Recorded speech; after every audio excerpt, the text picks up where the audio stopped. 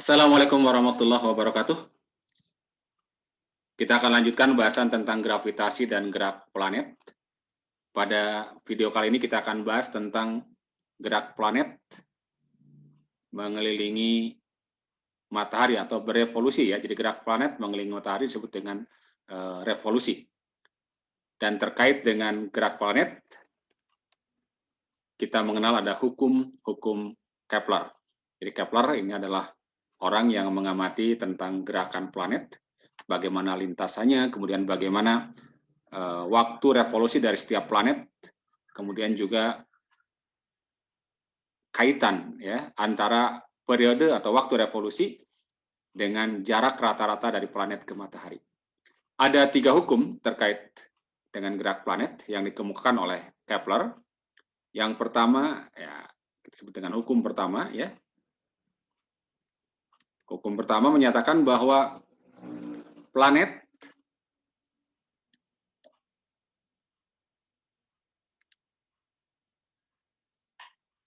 berevolusi mengitari matahari ya.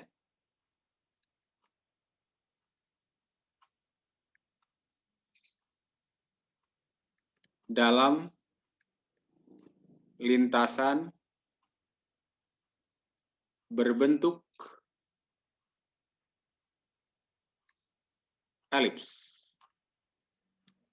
dengan matahari berada pada salah satu titik fokus elips. Ini pernyataan yang pertama atau hukum yang pertama ya. Jadi kalau saya ilustrasikan, ini ada lintasan elips lah ya. Kemudian ini adalah sumbu panjang disebut sebagai sumbu mayor ya. Kemudian ada sumbu pendeknya disebut dengan sumbu minor.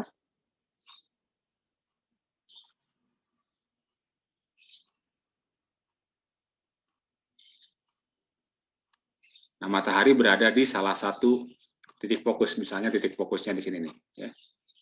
Nah, ini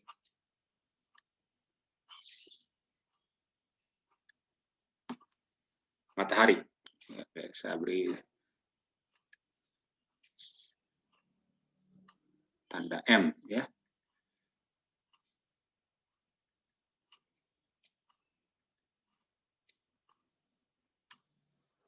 Kemudian planet, nah, saya di sinilah ya.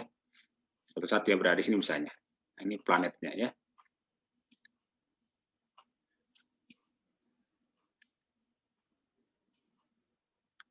Planet P. Oke. Nah, ini lintasannya ya. Lintasannya seperti ini ya.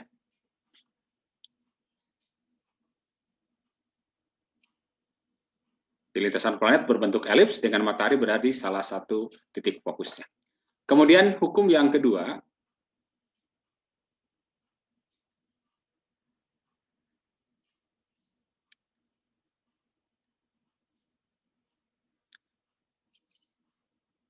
garis khayal ya.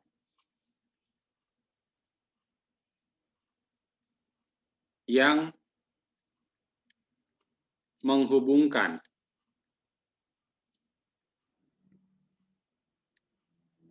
matahari dan planet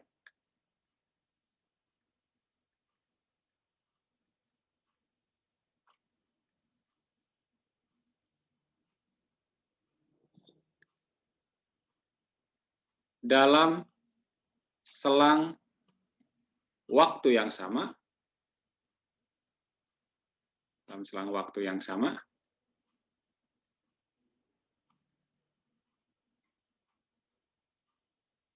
akan menempuh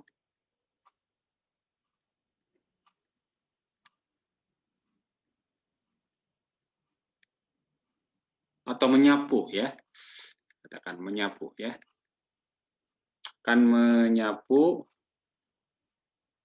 luas area yang sama.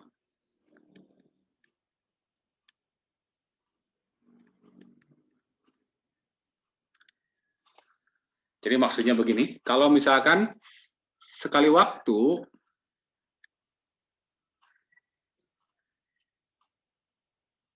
misalnya planet berada di titik ini misalnya, ya. Nah, saya buat garis hayalnya sini. Nah, ini garis hayal yang menghubungkan antara planet dan matahari. Kan ini adalah titik A, ya.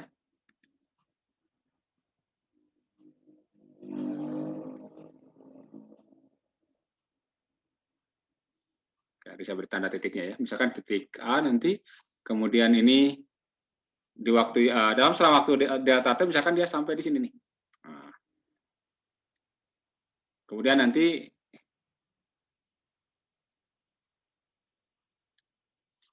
ada garis hubung lain, misalkan. Nah,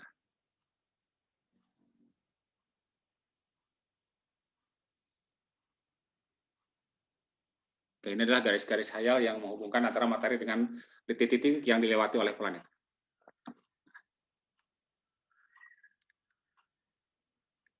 Misalnya adalah titik A, ini titik B, ini titik C misalnya. Ini titik-titik yang akan dilewati planet, pasti, ya. Nah, misalnya waktu dari A sampai B, ya, ini adalah delta T. Dan waktu dari C ke P juga delta T misalnya. Jadi dalam selang waktu yang sama, ini planet melewati sampai dari A sampai ke B, dan dari C dalam selang waktu yang sama juga sampai di P. Luas area yang disapu oleh garis ini, garis hayal ini, itu akan sama. Jadi kalau saya arsir, ini sorry.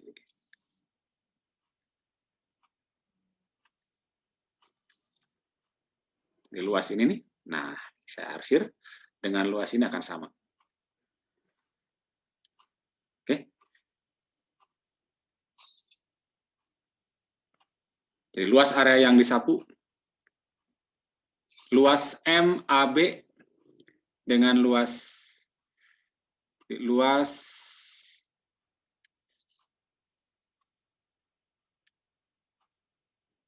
MAB itu sama dengan luas MCP, ya, MCP. Itu maksud dari hukum yang kedua, ya. Kemudian yang ketiga, ya, hukum yang ketiga,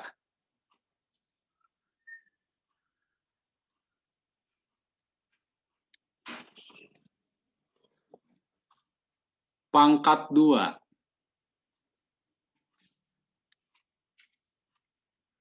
periode revolusi planet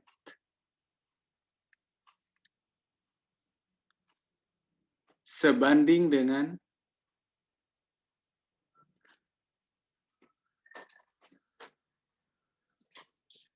pangkat 3 jarak rata-rata planet ke matahari.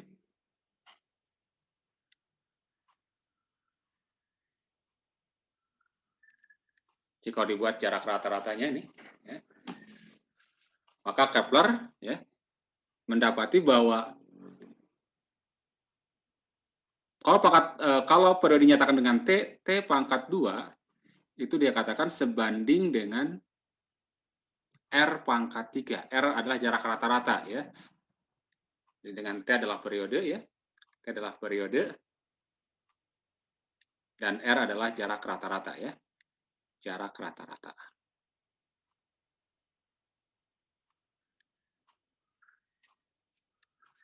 Planet ke matahari, ya.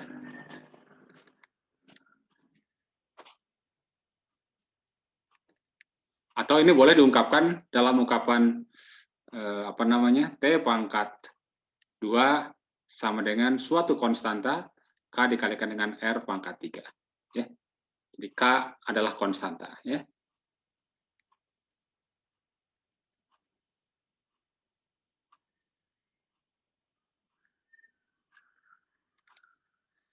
Oke. Nah, data-data ini, ya, Jadi termasuk juga rumus ini adalah merupakan rumus empirik, artinya dia dapatkan berdasarkan data-data yang sudah diperoleh. Ya. Jadi bukan secara teoretik. Nah, ternyata bahwa ungkapan Kepler, terutama hukum yang ketiga ini, ya, ini bisa dijelaskan oleh Newton, ya, dengan memandang bahwa lintasan planet ini, karena ada jarak rata-ratanya, ya, dipandang sebagai sebuah lingkaran. Ya. Oke, jadi kalau kita lihat dari hukum kedua Newton, ya,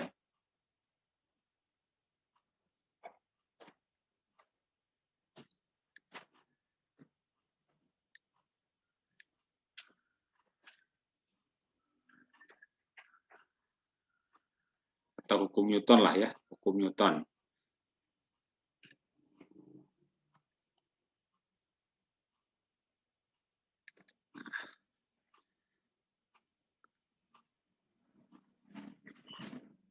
Jadi lintasan planet diasumsikan sebagai sebuah lingkaran, ya, karena R adalah jarak rata-rata, ya. Jadi ketika diambil rata-rata, maka ini berarti lintasan dipandang seperti lingkaran atau didekati dengan lingkaran.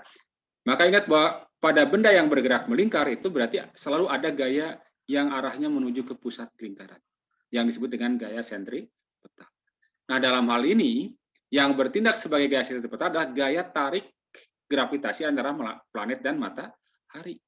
Jadi nanti menurut Newton akan berlaku begini, bahwa gaya tarik gravitasi antara planet dengan matahari, kalau massa matahari adalah m, kemudian massa planet adalah m, kemudian jarak rata-ratanya r, maka jari-jari lingkarnya kira-kira ya r kuadrat. Ini jarak rata-rata. Itu akan bertindak sebagai gaya sentripetal, yakni m kali v kuadrat per r.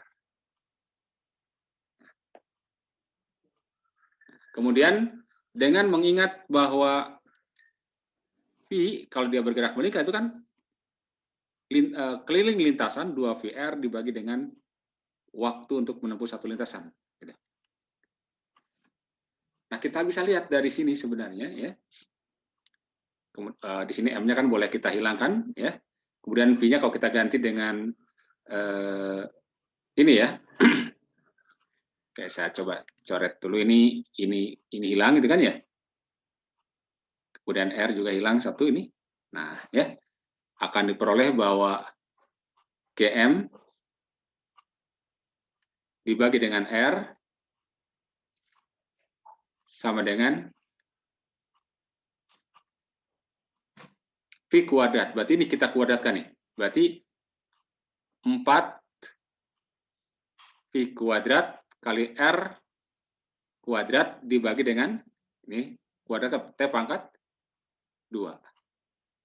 Sehingga dari sini dapatlah bahwa T pangkat 2 sama dengan, kita pindah sini, ya. Berarti 4V kuadrat, 4V kuadrat, R-nya kita kalikan kan, ya, jadi R pangkat 3. Nah, saya pisahkan nanti sebelah kanan, dibagi dengan GM, ya,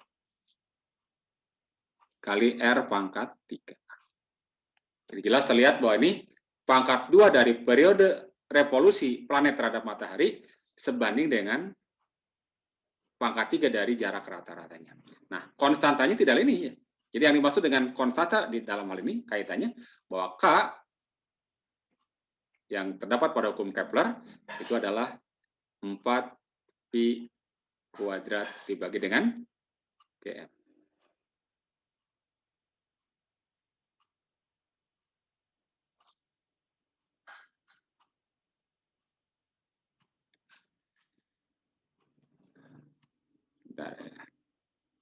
GM.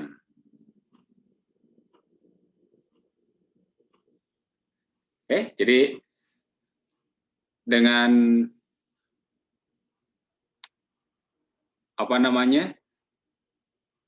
menerapkan hukum 2 Newton, ya, dan juga hukum Newton tentang gravitasi, ya. Jadi bukan hanya hukum 2 saja, ya. Jadi yang ini hukum-hukum Newton lah, ya. Jadi ini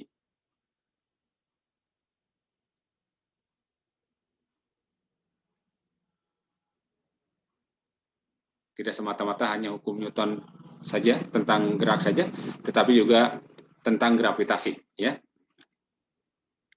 Jadi apa yang dapatkan Kepler berdasarkan data empirik bisa dijelaskan dengan secara teoretik menggunakan hukum Newton tentang gravitasi dan tentang gerak melingkar. Baik, kita coba lihat contoh terkait dengan penggunaan hukum Kepler, ya. Jadi dari sini sebenarnya kita bisa lihat kalau kita mengetahui revolusi bumi mengelilingi matahari, itu kan kita nyatakan 1 tahun, ya, atau 365 hari, sekitar 365 hari. Maka dengan mengetahui perbandingan jarak rata-rata dari planet-planet lain ke bumi, ya, kita bisa dapatkan periode revolusi dari planet-planet yang lain. Ya.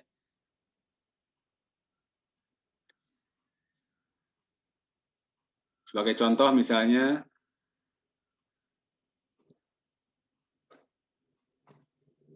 bumi berevolusi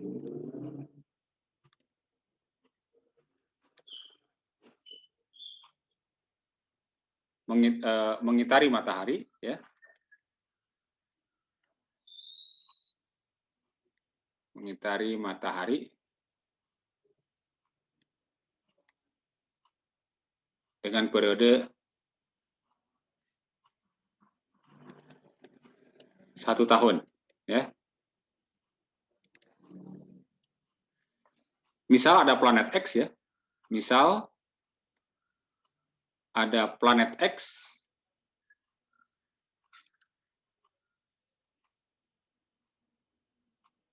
berevolusi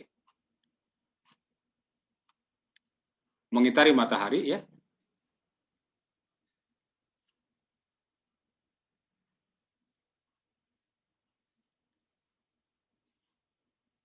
Pada jarak rata-rata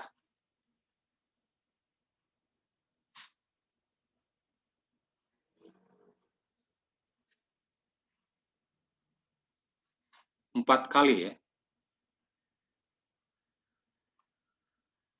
4 kali jarak rata-rata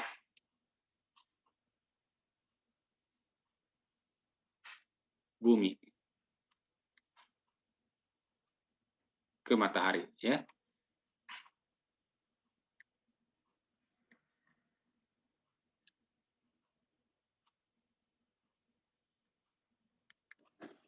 Nah, ya kan? Berapakah periode revolusi planet X? Oke, ya. Ini soal mudah saja, ya.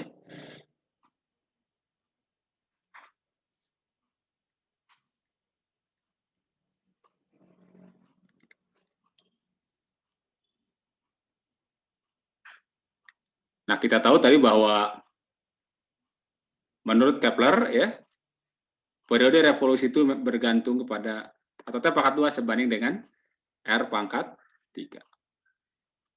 Ini akan lebih sederhana kalau kita ungkapkan dalam ungkapan T sebanding dengan kalau ini pangkat 2 dijadikan T berarti diakarkan. Ini maka berarti ini juga diakarkan, ya. Atau dalam bentuk pangkat berarti pangkat 3/2. Jadi kalau ini bagi 2 ini juga bagi 2, ya. Atau boleh dalam ungkapan R akar R. Jadi kalau kita kita ingin tahu berapa periode revolusi planet X, kita lihat R-nya berapa kali. Nah, dikatakan ini R-nya adalah 4 kali. Jadi T bandingkan, ya, T planet X dibandingkan dengan T bumi, itu berarti perbandingannya sama dengan perbandingan ini. Ya. R